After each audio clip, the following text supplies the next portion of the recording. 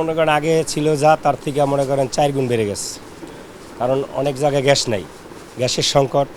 এই জন্য আপনি মনে করেন যে আপনার ইলেকট্রিক চুলা আপনার সাপ্লাইও কমে গেছে, আর মাল মাল মার্কেটে অ্যাভেলেবেল নাই। আপনার আপনার 4 গুণ আপনার বিক্রি বাইরে গেছে। অনেকে মাল দিতে পারতেছে না, আমরাও দিতে পারতাছি না, আবার অনেকে ফিরে যাইতেছে। আমরা বলতেছি একদিন পরে এসে নিয়ে যায়।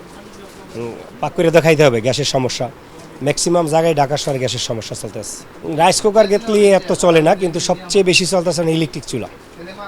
ইলেকট্রিক চুলা মানে এখন গ্যাসের সমস্যা মানে ইলেকট্রিক চুলা দিয়ে এটা কভার করতেছে। দাম আগের তুলনায় আছে, দাম কেউ বেশি রাখতেছে না, হয়তো 1-200 টাকা বেশি রাখতেছে, এটা কোনো সমস্যা না। আগে যেমন যা ব্যস্তাম হলো আপনার 4000, ওইটা এখন ব্যস্ত 4500। যেই মালটা ছিল 6000, সেই মালটা এখন বিক্রিতে 6300। এই আর কিছু না, ওটা কোম্পানি 200-300 বাড়াইছে, আমরা ওইভাবে ব্যস্ত আছি। আমরা রিটেল দোকানদার, আমরা হোলসেল না।